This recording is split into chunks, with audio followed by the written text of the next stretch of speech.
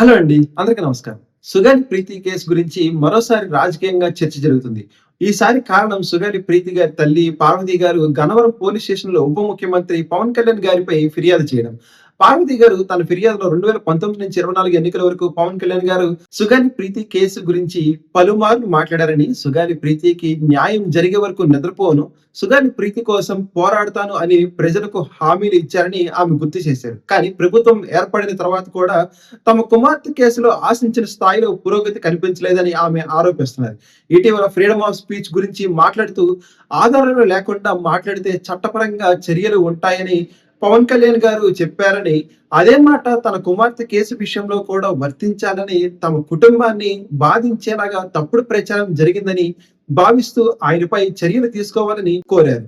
2017లో కర్నూలు జిల్లాలో చదువుకుంటున్న సుగాలి ప్రీతి మనల్ని విడిచి వెళ్ళిపోయారు.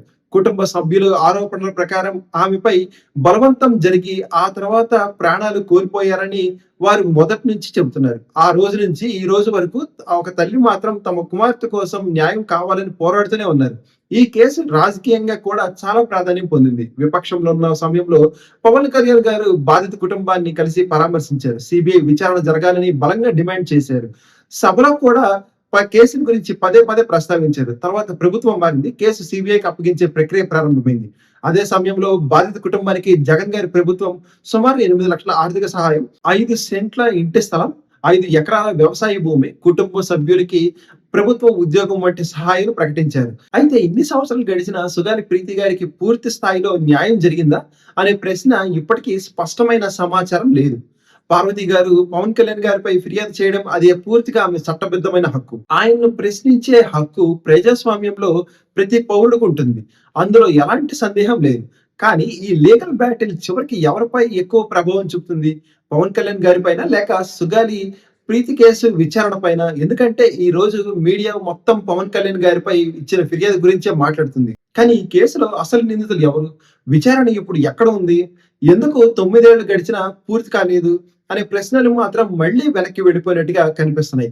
ఒకవేళ ఇదే స్థాయిలో, ఇదే పట్టుదలతో, ఇదే లీగల్ బ్యాటిల్, దర్యాప్తు సంస్థల పనితీరుపై విచారణ ఎందుకు ఆలస్యం అవుతుందనే అంశంపై కోర్టులను ఆశ్రయిస్తూ జరిగి ఉంటే ఈ కేసు ఇంకొంచెం ముందుకు కదిలి ఉండేదా అనే ప్రశ్న సహజంగానే వస్తుంది. ఎందుకంటే చివరికి ఒక తల్లి లక్ష్యం ఏ రాజకీయ నాయకుడి పైన కేసు పెట్టడం కాదు, తన కుమార్తెకు న్యాయం జరగడం. అందుకే ఇక్కడ చాలా మందికి వైఎస్ సునీత గారు గుర్తొస్తారు. తన తండ్రి హత్య కేసులో రాజకీయ ప్రకటనలతో మాత్రమే సరిపెట్టుకోలేదు. కోర్టును ఆశ్రయించారు. దర్యాప్తు ఎలా జరుగుతుంది, విచారణ ఎందుకు ఆలస్యం అవుతుంది అనే అంశాలపై చట్టపరమైన పోరాటం చేశారు. సంవత్సరాల పాటు లీగల్ ఫైట్ కొనసాగించారు. న్యాయం కోసం కోర్టు తలుపులు తట్టడం ఒక బలమైన మార్గం అనే విషయాన్ని వైఎస్ సునీత గారి పోరాటం ద్వారా చాలా మందికి గుర్తు చేస్తుంది.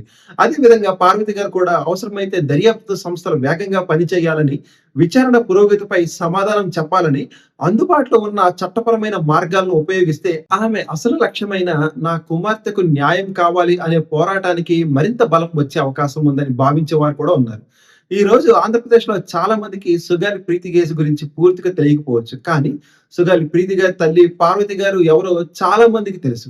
ఎందుకంటే 9 ఏళ్లుగా ఆమె న్యాయం కోసం పోరాడుతూనే ఉన్నారు. అలాగే పవన్ కళ్యాణ్ గారు కూడా ఈ కేసుని ఎన్నో సార్లు ప్రజల్లోకి తీసుకువెళ్లారు. దీంతో ఈ రోజు పార్వతి గారికి రాజకీయాలకు అతీతంగా ప్రజల దృష్టి ఉంది. జనసేన మద్దతుదారులు, వైఎస్ఆర్‌సీపీ మద్దతుదారులు కూడా, సాధారణ ప్రజల్లో కూడా ఆమె పట్ల ఒక సానుభూతి ఉంది. అలాంటి సమయంలో ఆ ప్రజా మద్దతును ప్రెస్ మీట్లు, మీడియా చర్చలకే పరిమితం చేయకుండా దర్యాప్తు సంస్థలపై చట్టపరమైన ఒత్తిడి తీసుకురావడానికి, కోర్టుల ద్వారా విచారణ వేగవంతం చేయడానికి ఉపయోగిస్తే సుగాలి ప్రీతికి సంబంధించిన మిస్టరీకి సమాధానం దొరికే అవకాశాలు మరింత పెరుగుతాయని భావించేవారు కూడా ఉన్నారు. చివరిగా పవన్ కళ్యాణ్ గారిపై ఇచ్చిన ఫిర్యాదు ఎలాంటి ఫలితాన్ని దారితీస్తుందో ఇప్పుడే చెప్పడం సాధ్యం కాదు. అది పూర్తిగా పోలీసులు, కోర్టుల పరిధిలోని విషయం.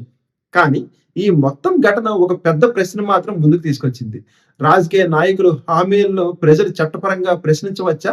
అదే సమయంలో న్యాయం కోసం జరుగుతున్న అసలు పోరాటం మన దృష్టిని అసలు విచారణ నుంచి మళ్లించకూడదనే విషయాన్ని కూడా గుర్తుంచుకోవాలా? ఎందుకంటే ఈ కేసులో చివరకు గెలవాల్సింది ఏ పార్టీయో, ఏ నాయకుడో కాదు. గెలవాల్సింది న్యాయం మాత్రమే. సుగాలి ప్రీతి గారి కుటుంబం 9 ఏళ్లుగా ఎదురు చూస్తున్న ఆ న్యాయం త్వరగా జరగాలని ఆశిద్దాం. థాంక్ యూ అండి. జై హింద్.